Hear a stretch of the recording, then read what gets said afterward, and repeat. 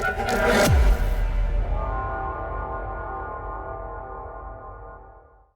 हम देखने वाले 2013 का जीएस पेपर 2 का क्वेश्चन। पॉलिटी का क्वेश्चन है और बहुत इंपॉर्टेंट टॉपिक से है।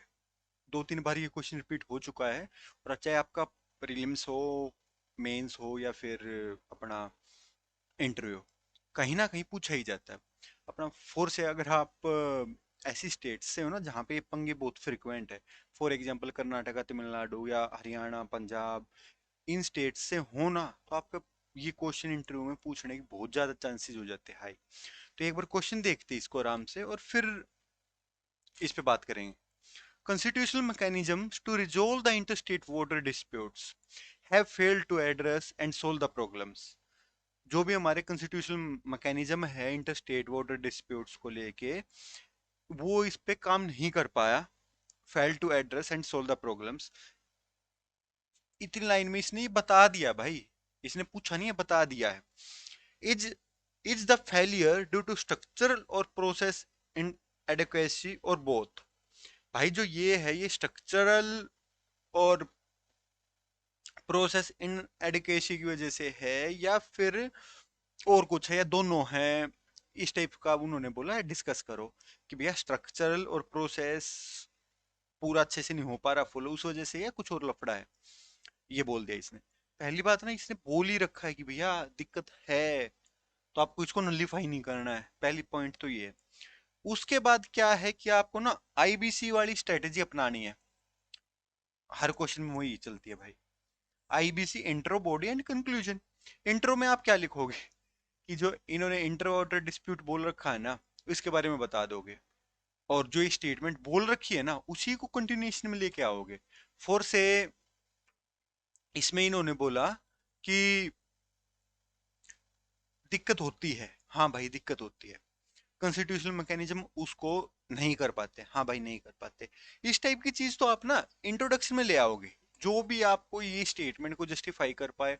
आप करंट अफेयर्स की कोई न्यूज से जोड़ पाओ या फिर आप जोड़ पाओ किसी फैक्ट एंड फिगर से। ठीक। उसके बाद आप आ गए बॉडी पार्ट में। बॉडी पार्ट के और इस बीच में ना आप जोड़ोगे भाई, लिंकर मान लो एक टाइप से, कि जो कॉन्स्टिट्यूशनल मैकेनिज्म क्या क्या है, थोड़ा सा आप यहाँ पे जिक्र करोगे और उसको जोड़ दोगे कि भैया स्टेट लिस्ट में बोल रखा है कि आप अपना पानी वगैरह को, आपको इरिगेशन वगैरह आपको संभालनी है। सेंट्रल लिस्ट में ये बोल रखा है कि इंटर स्टेट वाटर वगैरह का कुछ देखना है, जो अपनी यूनियन लिस्ट है शेड्यूल 7 में। और आर्टिकल में बोल रखा है 262 आई थिंक, कि आपको जो भी पंगे वंगे हो रहे हैं तो इसको अपना सेंट्रल गवर्नमेंट वगैरह ट्रिब्यूनल वगैरह बना के काम करेगी। कंक्लूजन में क्या होगा, कंक्लूजन में क्या होगा कि ये बोल दिया, यहाँ पे हमने आर्टिकल्स वगैरह बता दिए। आर्टिकल्स के बाद यहाँ पे आप बताओगे प्रॉब्लम्स, कि भैया ये हो क्यों नहीं पा रही। उसके बाद इसका बताओगे सॉल्यूशन। आर्टिकल्स बता दिए, प्रॉब्लम्स बता दी, उसका सॉल्यूशंस बता दिया।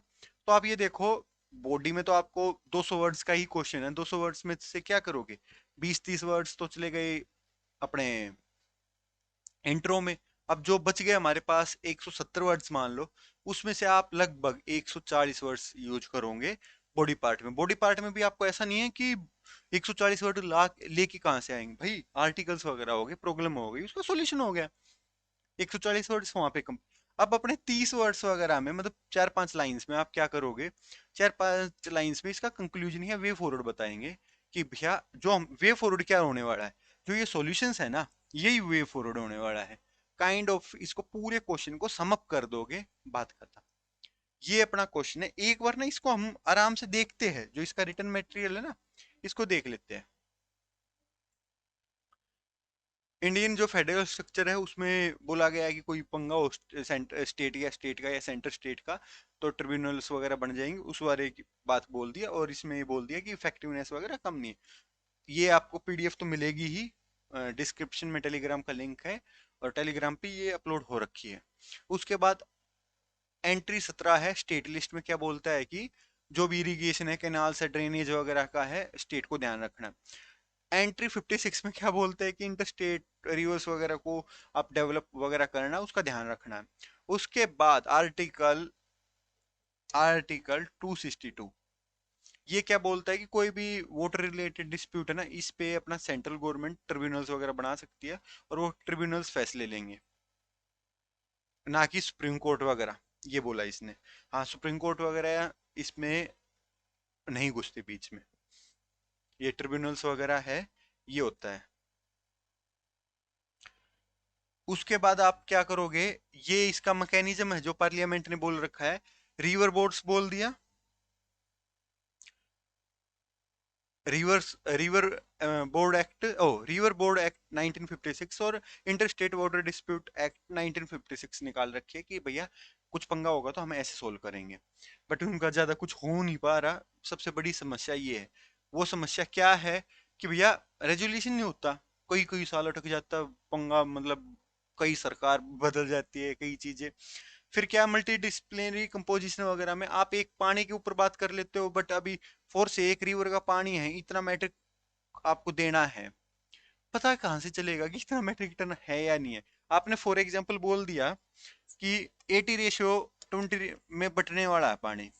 अब पता कहाँ से चलेगा कि भैया 100 पानी ये है और 20 यहाँ गया ये है। और हर साल ऐसे तो नहीं है ना कि ये कंफर्म है कि इतना तो आ ही जाएगा। ये चीज है। उसके बाद डाटा इनकंसिस्टेंसी है, प्रोसेस वगैरह में दिक्कत है, आपको बता नहीं रखा कि बिल्कुल ऐसे फॉलो होने वाला है। और पॉलिटिकल जो पार्टी है, पोलिटिसिलाइजेशन जो ये प्रोसेस है, मतलब पॉलिटी उसके ऊपर मुद्दा बनाना, राजनीति करना, ये तो है ही बड़ा मुद्दा। ये अपना क्या है, प्रॉब्लम्स है।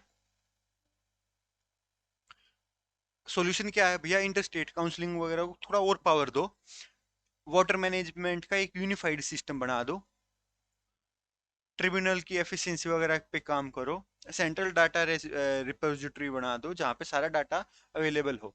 और लास्ट में इसको ही समअप कर दिया है। और ये ना एक बहुत अच्छा क्वेश्चन है जिसमें हमने ना आई, बी और सी बहुत अच्छे से देखेंगे। इस इतना नहीं लिखना है आपको, ये करीब 400 वर्ड्स का आंसर है जो मैंने दे रखा है। तो इतना नहीं लिखना आपको, आपको इससे कट शॉर्ट करना पड़ेगा।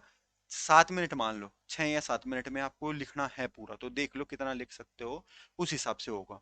तो ये क्वेश्चन था हमारा। Thank you from team Victo. Enjoy the Joy of life.